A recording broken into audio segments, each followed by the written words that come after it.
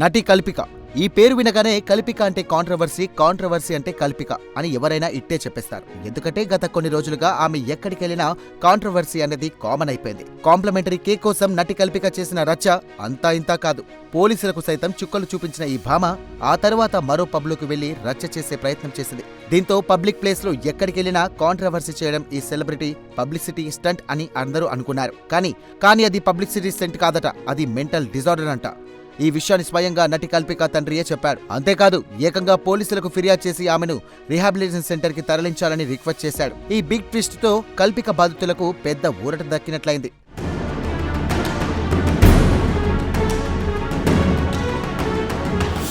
ప్రముఖ టాలీవుడ్ నటి, character actor, Seethamma బాకెట్లో సిరిమల్ల చెట్టు, యశోద హిట్ చిత్రాలతో గుర్తింపును దక్కించుకున్న కల్పిక ఇటీవల తరచూ ప్రైవేటు వ్యవహారాల్లో వివాదాస్పదమవుతూ మీడియాలో ప్రధాన వార్తగా నిలుస్తోంది. ఈ మధ్య అభినవ్, మరో నటి ధన్య బాలకృష్ణలతో సైతం వివాదం పెట్టుకున్న ఆ నటి నెల రోజుల క్రితం పబ్లో చేసిన రచ్చతో హాట్ టాపిక్ అయింది. అది మరవక ముందే 2 రోజుల క్రితం ఓ రిసార్ట్లో చేసిన వ్యవహారం వెలుగులోకి వచ్చి కల్పికను వార్తల్లోకి ఎక్కించింది. ఇక కేవలం కాంప్లిమెంటరీ కేక్ కోసం నటి కల్పిక చేసిన రాద్ధాంతంలో ఆమెకు ఫుల్ పబ్లిసిటీ వచ్చింది. అయితే ఈ ఇన్సిడెంట్ కు ముందు, ఆ తర్వాత కూడా కల్పికకు ఇదే తీరులో రచ్చ మామూలుగా కాలేదు.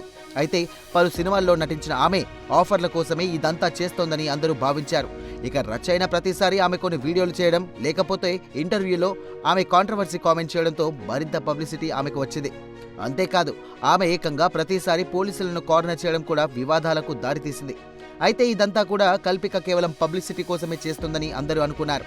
కానీ అసలు విషయం అది కాదని ఆమె తండ్రి కుండబద్దలు కొట్టారు.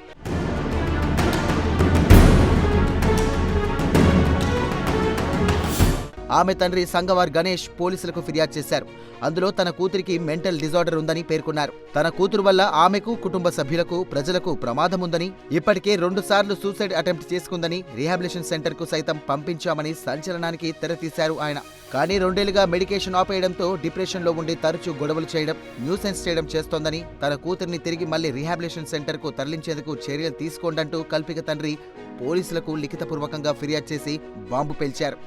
ప్రస్తుతం ఈ వార్త బాగా వైరల్ అవుతోంది. మరి పోలీసులు ఈ ఫిర్యాదుపై ఎలా రియాక్ట్ అవుతారన్నది ఆసక్తిగా మారింది.